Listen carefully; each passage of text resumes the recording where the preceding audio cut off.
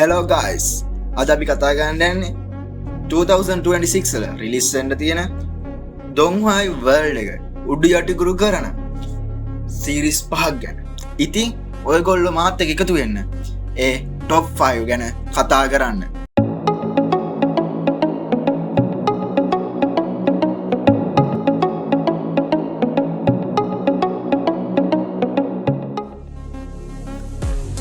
Okay buddies. අපි යමු එහෙනම් සීරීස් නම්බර් 1 ගැන කතා කරන්න. Guys, මේක අවුරුද්දේ මුල් කාලේදී වගේ තමයි රිලීස් වෙන්න තියෙන්නේ. මේක ඇක්ෂන් ෆැන්ටසි කල්ටිවේෂන් පිරුණු කතා දාන්න.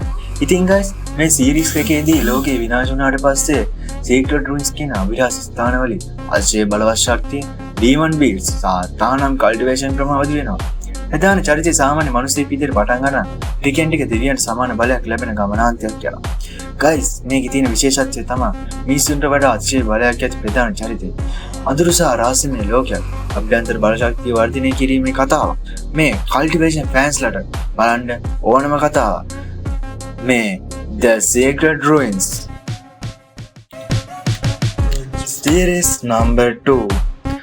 Guys, මේක අවුරුද්දේ මැද කාලේදී වගේ තමයි රිලීස් වෙන්න තියෙන්නේ. මේ කතාදාමයේ යුද කලා ක්‍රියාදාම දේශපාලන අන්තර්ගතය සහ ආකර්ෂණීය කතාන්දර බලය අධිකාරී රහස්‍ය හා ආධිපත්‍ය සටන්. Guys, මේ සීරීස් එකේදී ඉතා බලවත් කඩුවක් භාවිතා කරන නමුත් තම සැබෑ ශක්තිය හංගගෙන ජීවත් වෙන නායකයෙක්. රාජ්‍ය දේශපාලනයේ මාෂල් ආර්ට් සටන් අතර ඔහුගේ ජීවිතය රක්තයෙන් ලියවෙන කතාවක් බවට පත් වේ.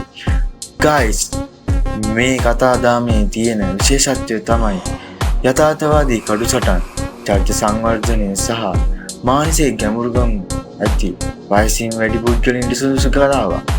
මේ වෙන විට ජනප්‍රියත්වයෙන්, ගුණාත්මකත්වයෙන් හෝ බලපෑමෙන් දැනටමත් ඓතිහාසික වෙලා තියෙන කතාවක්. මේ Fierce Blade in the Snow Series number 3. Guys, මේක මේ අවුරුද්දේ මැද හෝ අවසාන කාලේදී වගේ තමයි රිලීස් වෙන්න තියෙන්නේ. මේ කතාදාමයේ කල්පනාජනක ලෝකයක තියෙන අඳුරු භයානක මිස්ටීරියස් දේවල් වලට ආධාර කරන කතා වර්ගයක්. භීෂණයේ පිරුණු අඳුරු සෙයින් රහස් මනෝභාවයක් සහිත කතා වර්ගයක්. අසීමිත මුහුද, භූතනයෝ, ශාප ලැබුණු නගර, අමතකුණු දෙවියෝ, ප්‍රධාන චරිතයේ ශාපිත නැවක අභිරහස් නායකයෙක්. Buddies, මේ ඇත්ත හොයන් යන ගමන මරණයට සමීප වීම බිය සහ හෙවුම් අධ්‍යක්ීම් පදනම් කරගත් හිතාගන්න බැරි මායාජනක ලෝකයක් සමග පදනමක්. අමුතු මුහුදු ලෝකයක්, තද අඳුරෙන් පිරි වාතාවරණයක්. මේ Deep Sea Ember Series number 4. Buddies, මේක මේ අවුරුද්දේ මුල හෝ මැද කාලේදී වගේ තමයි රිලීස් වෙන්න තියෙන්නේ. මේ කතාදාමයේ ක්‍රියාදාම ජීවිතේ බේරා ගැනීමේ තේමා. පැරණි ජීවිතයකට පසු නව ජීවිතයකට උපත ලැබීම. Guys, මේකේ ප්‍රධාන චරිතය මරණයට පත් වෙලා පෙර ජීවිතයකින් මරණයට පසු නව ලෝකයක් හෝ අලුත් ආකාරයක ජීවිතයක් ලබාගෙන නැවත උපත ගන්නා ස්ථානයක් කියන සිස්ටම් එකකට අහු වෙනවා. එතන විවිධ ලෝකවලට යවලා මිෂන් කම්ප්ලීට් කරන්න නැත්තම් මැරෙන්න කියන අතිශය කුරුළු නීති පද්ධතියක් තියෙනවා. මේකේ විශේෂත්වය තමයි ළමයි ප්‍රධාන චරිතය කවුරුත් නෙවෙයි.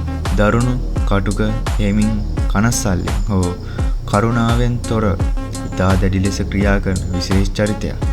කතාවේ හෝ සිද්ධීන් සිදුවීමේ වේගය ඉතා ඉහළ අධික ක්‍රියාකලාප සහිත තත්ත්වයක්. සිද්ධි මාලාවක ප්‍රධාන චරිතයන් රැක ගැනීම, ආරක්ෂාව හෝ මූලික අවශ්‍යතා සපුරාලීම සම්බන්ධයෙන් ඇතිවන උද්වේග සහ අවිශ්වාසය.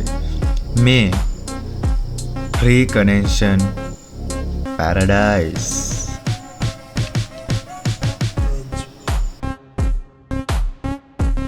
Buddies, මේ තමා last series එක.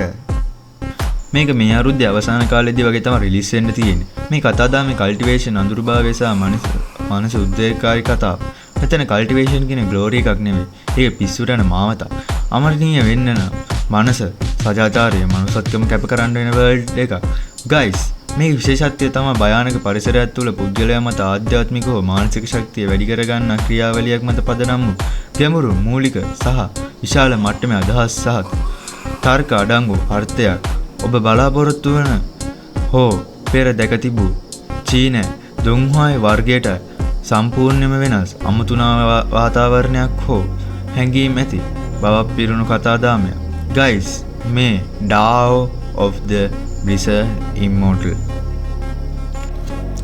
ඉතින් guys, මේ වීඩියෝ එකේ එක්ස්ප්ලেইন කරපු කතා පහ අතරින් ඔයා වැඩිපුරම හිතට වැදුණු කතාව මොකද්ද? කමෙන්ට් එකක් දාන්න යන්න. ඒ වගේම ඇනිම් සහ දොන්වයි සීරීස් සිම්පල් විදිහට එක්ස්ප්ලেইন කරන තවත් වීඩියෝ එකකින් හම්බෙමු. අපිව සබ්ස්ක්‍රයිබ් කරලා Void Exco එකත් එක්ක එකතු වෙන්න.